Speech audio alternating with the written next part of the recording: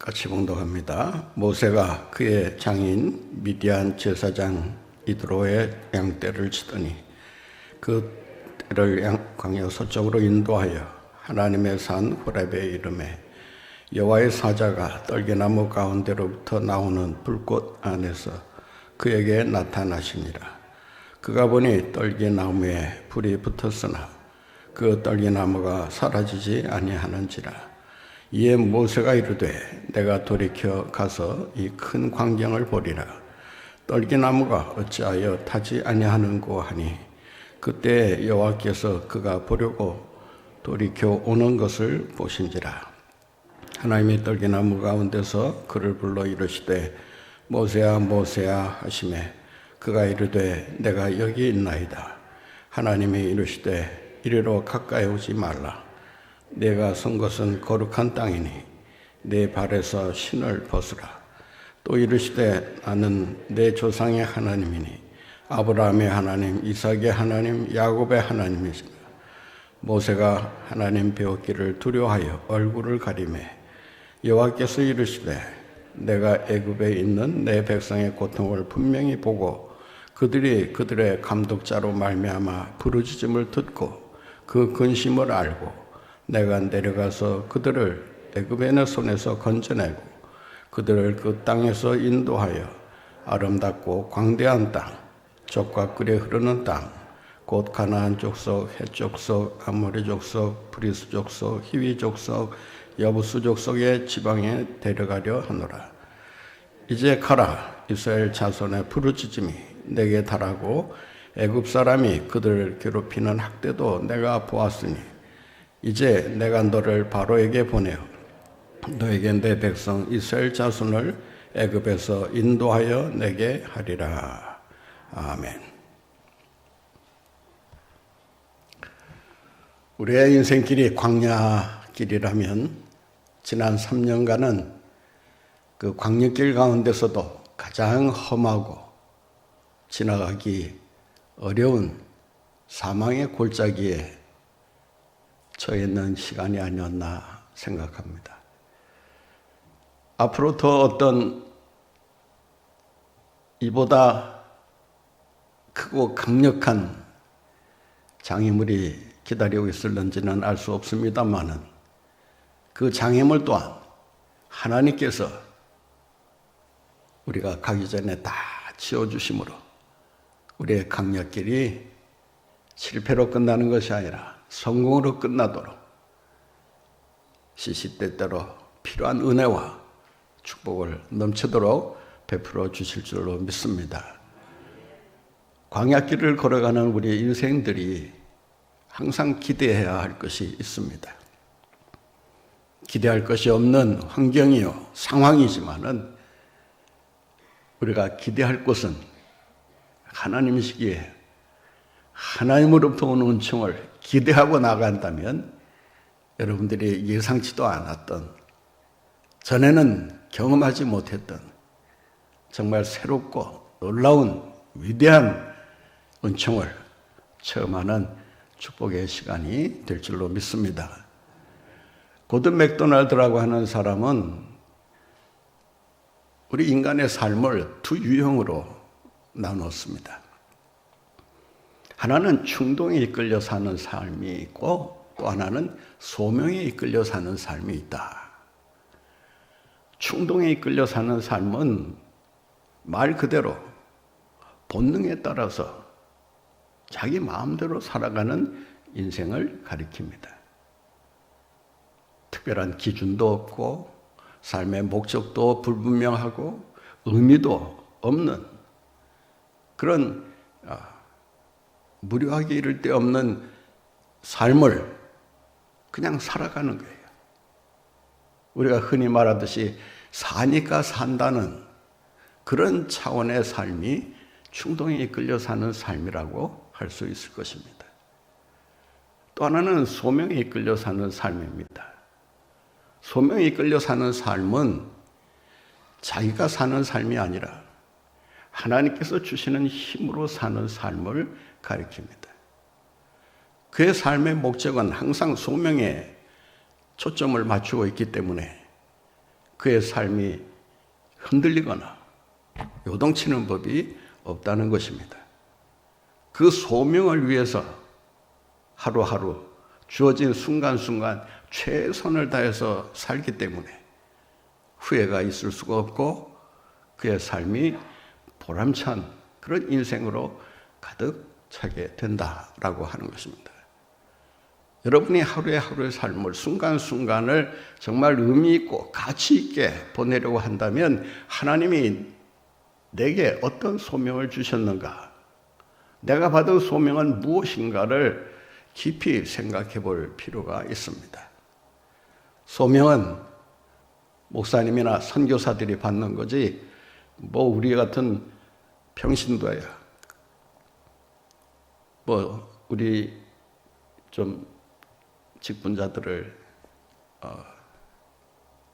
조금 얕게 보는 그런 말이 들는지는 모르겠지만 우리 같은 집사야 뭐 우리 같은 권사야 뭐 그런 소명 받을 수나 있나 뭐 이런 부정적인 생각을 가지고 이 소명이라고 하는 문제를 받아들이게 됩니다. 그러나 성경에 보면 하나님께서 어느 특별한 사람에게만 소명을 주신 것이 아니고 하나님의 구원을 위해 그 구원 계획을 이루기 위해 필요한 사람들을 불러내실 때 그 한 사람 한 사람에게 소명을 주시는 것을 보게 됩니다. 소명이라고 하는 것은 말 그대로 부를 소자에 명령 명자를 씁니다. 하나님께서 부르시는 것입니다. 우리를 구원회로 부르시기도 하지만 사명회로 부르시기도 한다는 것입니다. 구원회로 부르셨다라고 하는 이 확신이 있을 때 우리는 그 믿음으로 이 세상을 흔들림 없이 걸어갈 수 있습니다. 사명회로 나를 부르셨다라고 하는 이 부르심의 확신이 있을 때 우리는 이 세상을 허투루 사는 것이 아니라 낭비하며 사는 것이 아니라 그 사명을 이루기 위해 사는 삶이기 때문에 그 인생은 참으로 위대하다라고 말할 수 있을 것입니다. 이러한 부르심을 우리가 어떻게 받아야 되는가? 언제 이 소명이 내게 오는 것일까? 성경에 보면 여러 경우에 하나님께서 그 소명을 달리 주시는 것을 보게 됩니다.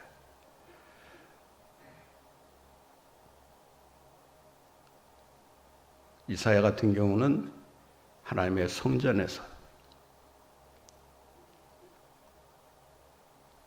환상을 보게 하시고 그 환상을 통해서 자기를 부르시는 하나님의 소명을 경험하게 됩니다.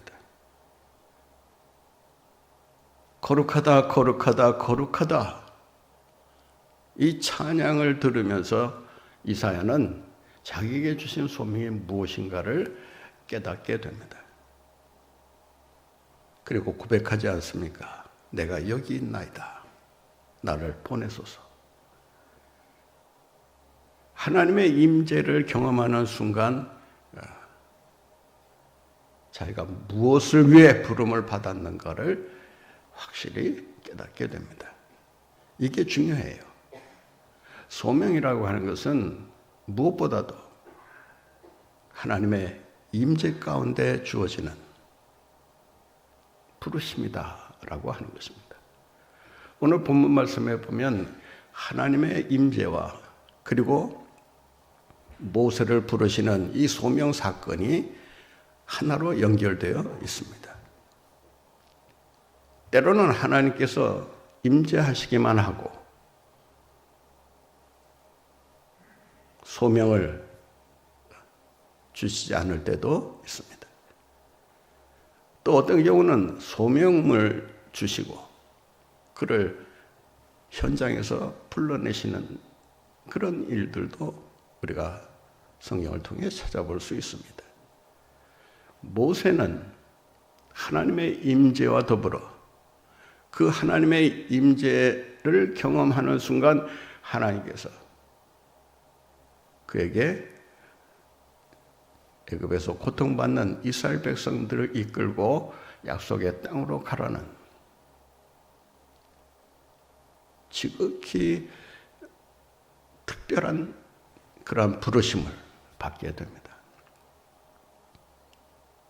오늘 본문 말씀에도 보면 장인 이드로의 양떼를 치더니 계속해서 치고 있었던 그런 상황을 가리키고 있습니다.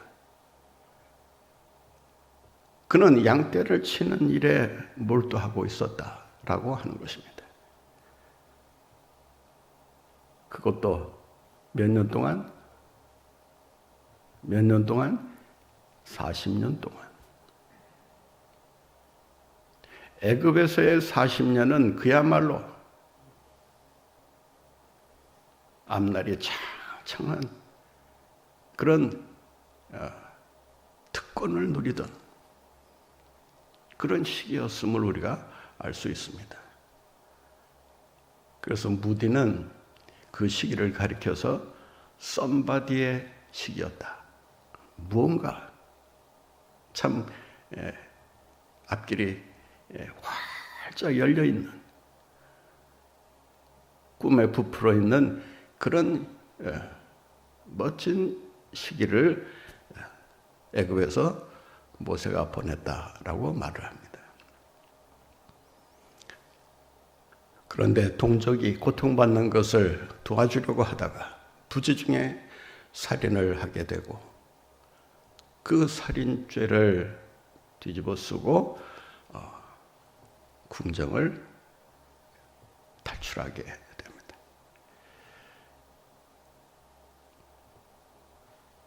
쫓아오는 그러한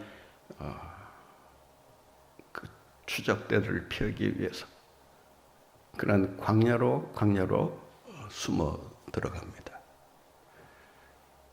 아무도 찾지 않는, 찾아오기 어려운 그런 광야로 들어가 그곳에서 무려 40년을 보냅니다.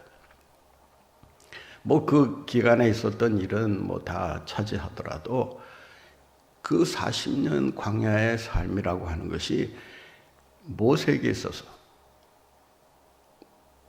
무익한 시간이었느냐.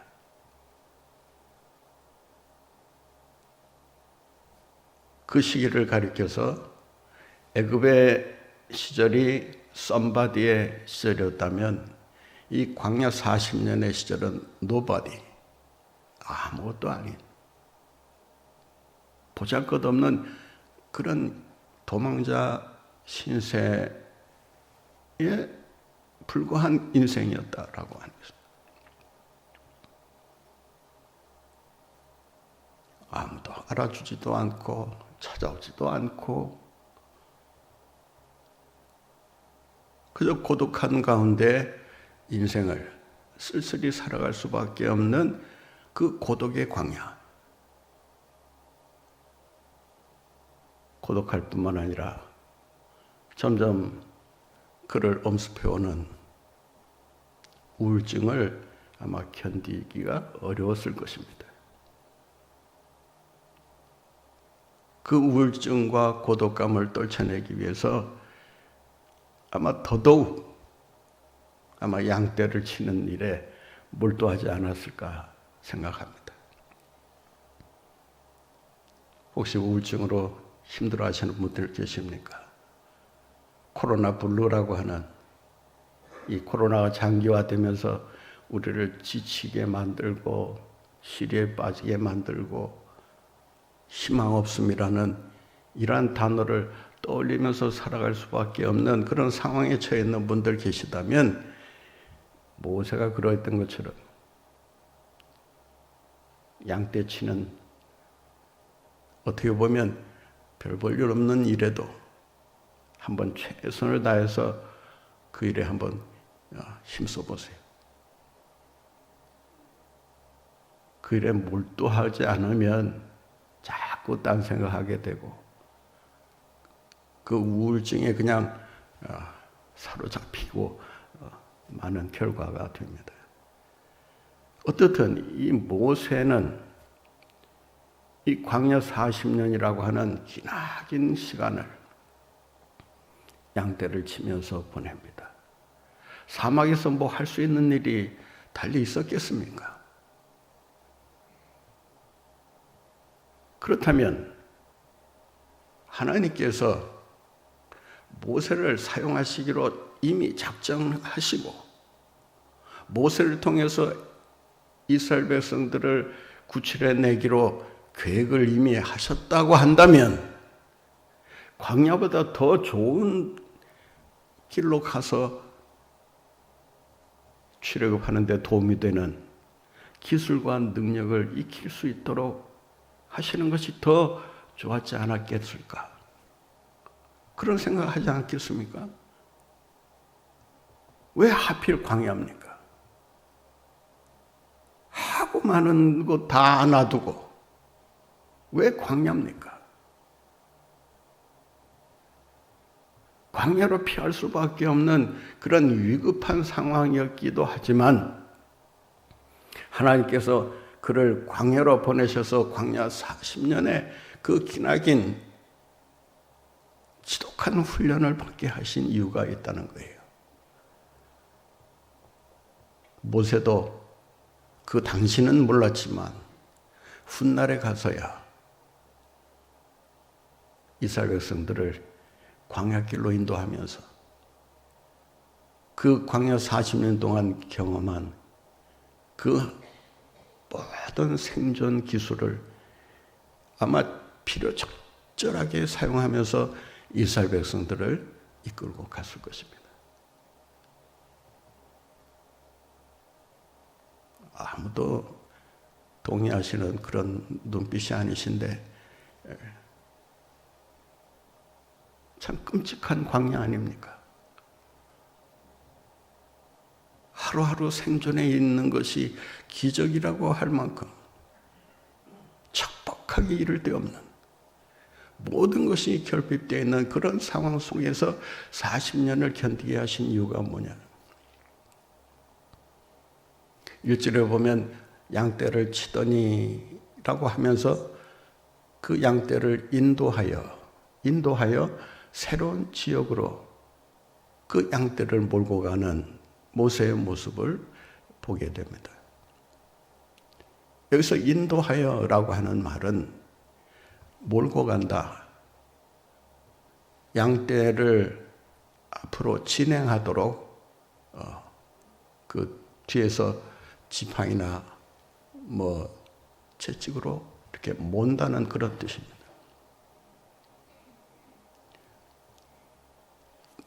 그런 광야 경험을 통해서 두 가지를 배웁니다. 하나는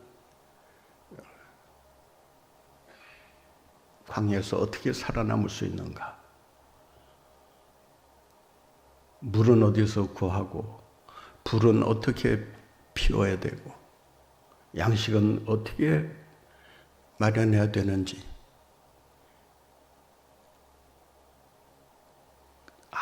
아무것도 보이지 않는 그 광야에서 모세는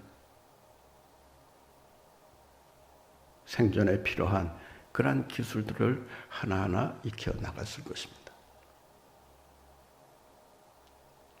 또 하나는 양떼를 치면서 비록 동물이긴 하지만 생명을 다루는 기술을 익히게 됩니다.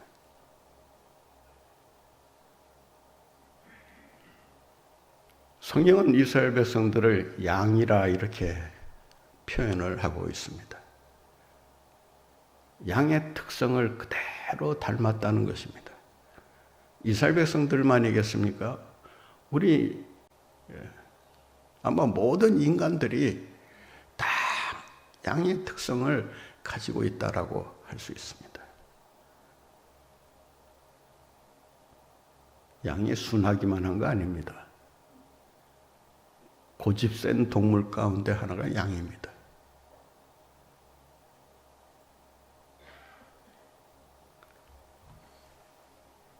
양들이 광야에서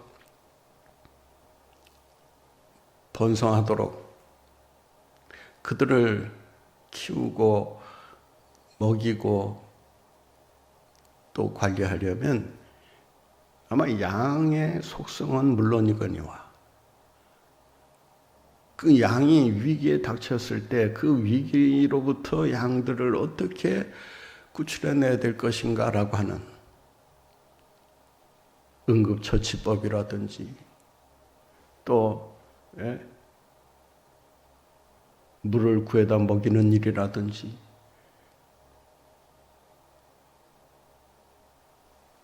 또 양들이 제발로 무리를 이탈해서 다른 광야를 헤매고 있을 때 그 양들을 찾아내는 일이라든지 뭐 이런 여러 가지 구조 방법에 대해서 아마 나름대로 많은 지식을 가지게 되었을 것입니다. 그것이 훗날 당신은 힘들고 어려운 시간들이었지만은 이스라엘 백성들을 광야로 이끌 때 40년 동안을 성경에 보면 아무도 발이 부르지 않도록 옷이 낡아지지 않도록 굶주려 죽어가는 일이 없도록 먹이시고 입히시고 물론 하나님께서 다 하셨지만 이스라엘 백성들을 어디로 인도해야 하는지 어떻게 하면 저들을 제대로 보살필 수 있을는지 그 모든 것을 아마 이미 터득한 경험을 통해서 이스라엘 백성들을 이끌고 나갔을 것입니다.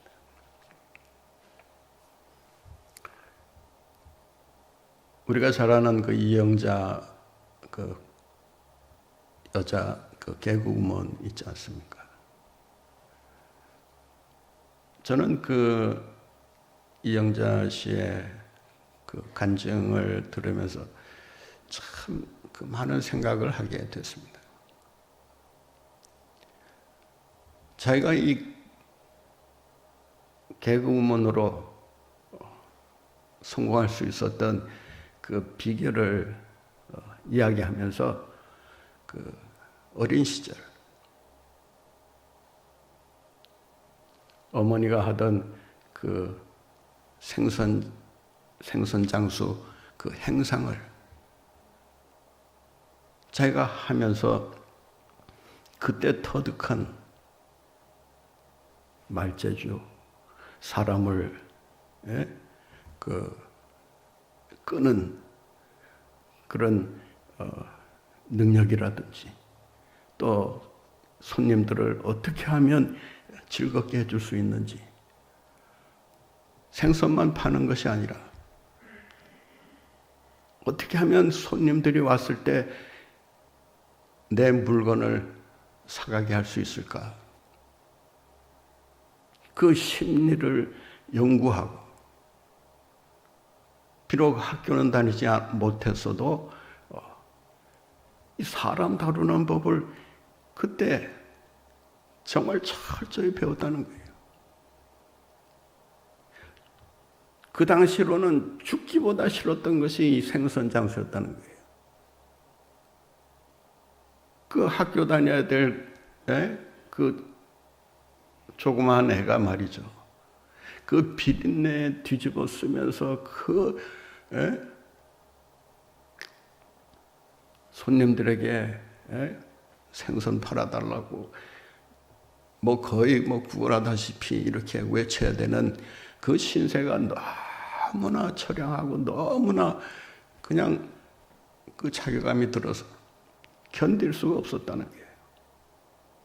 그런데 어머니가 너무 아마 당시로서는 그렇게 하지 않을 수밖에 없었던 상황이었던 것 같아요. 그냥 때려가면서 이놈 지금 이 형편의 공부가 다 뭐냐? 먹고 살아야지 하면서 어머니가 못 나가는 날에는 이영자 씨를 계속 보냈다잖아요. 그냥 울면서 그냥 막 그러다가 이 일을 기왕할 거면 좀 재미있게 제대로 해보자. 아주 독한 마음이 생기더래요. 이 옥이라는 것은요, 이 극한 상황에서 만들어지는 겁니다. 근데 이 옥이가 잘못되면 그 인생이 망조가 들기도 하지만은 이 오기가 정말 제대로만 먹히게 되면 그 인생이 성공할 수 있어요. 그 오기가 생기면서 그때부터는 생선 팔고 와서는 내일 손님을 대할 때 어떻게 대해야 될지, 어떻게 말을 꺼내고 어떻게 재미있게 이야기를 해서 그 사람을 즐겁게 할지. 그러니까 코미디 훈련이 그냥 달릴 필요가 없는 거예요. 뭐 학원 가서 공부할 필요가 없는 거예요. 그냥 현장이 학원이고, 삶이 그 코미디와 같은 삶이기 때문에 그때부터 이 사람을 다루는 법을 배우게 되고 청중을 휘어잡는 그런 능력을 갖게 되었다고 합니다. 훗날 그 어린 시절 그 생선장구 하면서 받았던 수모와 서름이 그게 다 부질없는 일이 아니었다는 거예요. 그것이 자신의 성공을 만들어주는 밑거름이 되었다라고 하는 거죠.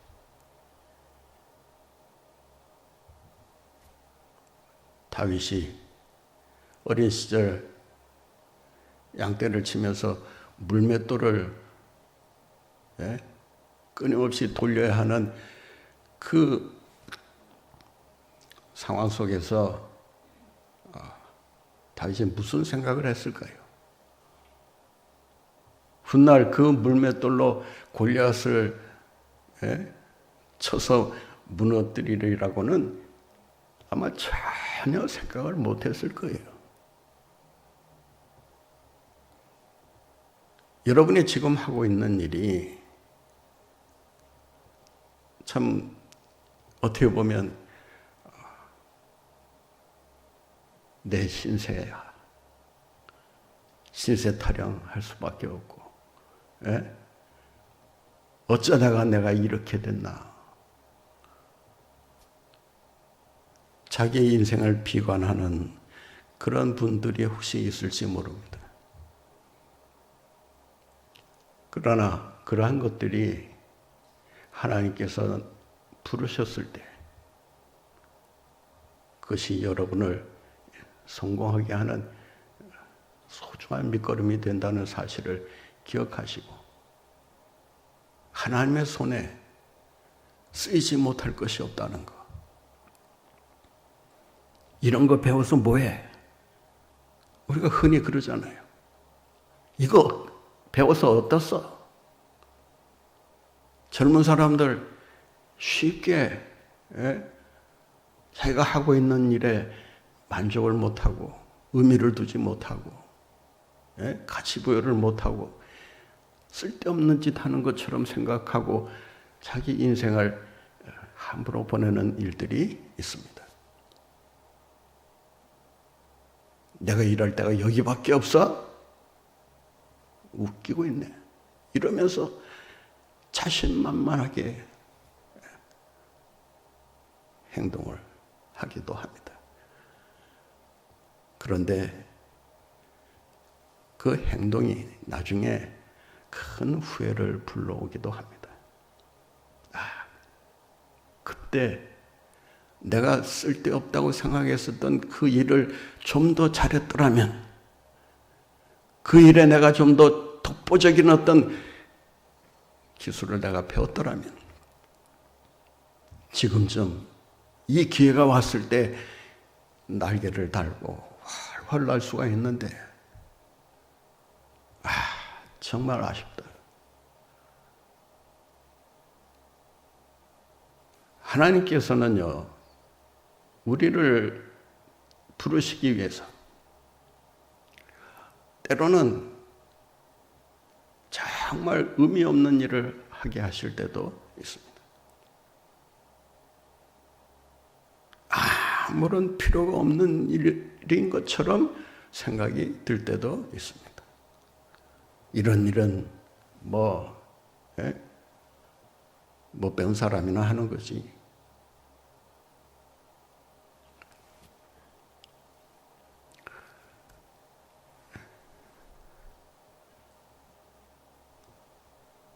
오늘 본문 말씀에 보면 모세가 불타는 떨기나무에서 하나님의 부르시는 음성을 듣게 됩니다.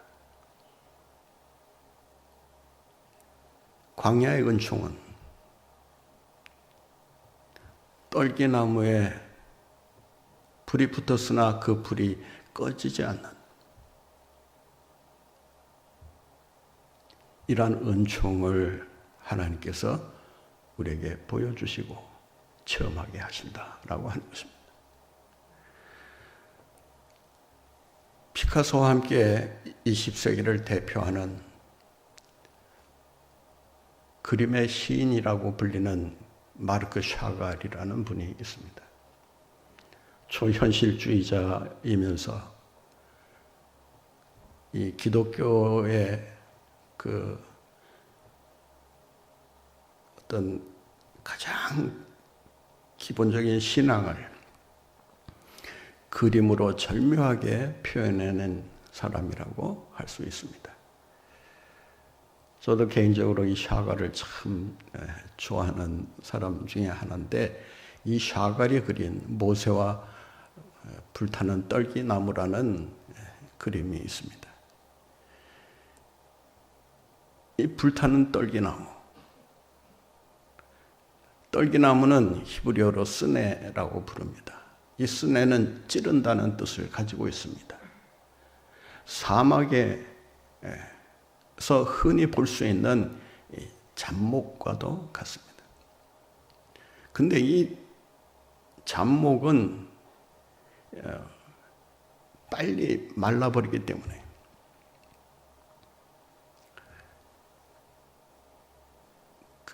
미국을 여행하시는 분들은 한번 사막을 꼭 한번 다녀보시면 좋겠는데, 저는 여러 차례 그 사막을 다니면서 그 사막 그 광활한 그 광야에 그냥 바람에 따라서 이리 구르고 저리 구르고 계속 그 움직이는 그 물체를 제가 발견하고 처음에는 뭔지 몰랐어요.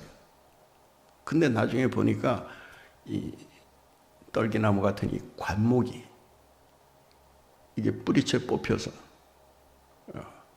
이게 하나의 덩어리가 되어서 공처럼 계속 굴러다녀. 그래서 공처럼 굴러다니다가 자기네들끼리 부딪히고 뭐 하다 보면은 열이 발생하면서 불이 탑니다. 이런 현상을 수시로 경험할 수가 있어요. 그런데 오늘 본문에 보면 이 떨기나무에 불이 붙었으나 꺼지지 않았다라고 말합니다.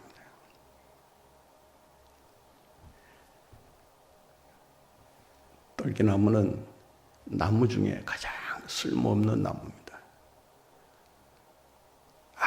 아무데도 쓸데가 없는 나무입니다. 그냥 가시만 삐죽삐죽 나와 있고 그저 어느 정도 자라다가 뿌리가 뽑혀버리기 때문에 화목으로도 쓰기가 어려운 나무라고 할 수 있습니다. 쉽게 말씀드리면 흙수저입니다. 흙수저. 인생의 흙수저. 우리가 흙수저라고 하잖아요. 혹시 나는 흙수저다. 내 인생은 왜 이렇게 흙수저처럼 참 힘들고 고달플까?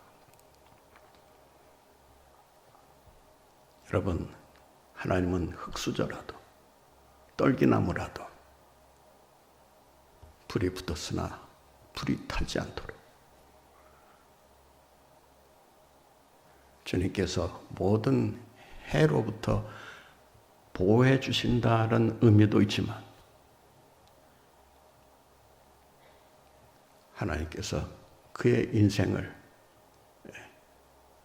불이 붙었으나 타지 않는, 비록 하찮고 보잘것없으나 인생의 그 모진 시련과 고난에 넘어지지 않고 오히려 더 하나님의 영광을 나타내는 그런 떨기나무로 하나님께서 우리를 사용하신다라고 하는 것입니다. 이러한 축복 여러분 모두와 함께 하시기를 바랍니다. 광야의 은총. 여러분, 어떤 은총을 기대하고 계십니까? 하나님의 부르심을 기대하시기 바랍니다. 이 기간은 하나님께서 우리를 불러내시는 소명자로 삼으시기 위한 특별한 훈련 기회라는 것을 기억하시고 마스크 쓰고 다니면서 거리두기 하면서 일상과 멀어지는 이런 새로운 뉴노멀의 인생을 살고 있지만 이것이 쓸데없는 시간이 아니었다라고 하는 것은 나중에 훗날 하나님께서 여러분을 사명자로 쓰실 때 분명 이 기간이 여러분의 성공을 만들어주는 밑거름이 된다는 것을 기억하시고 그 은총 속에 날마다 승리하며 살아가시는 여러분들이 되시기를 바랍니다.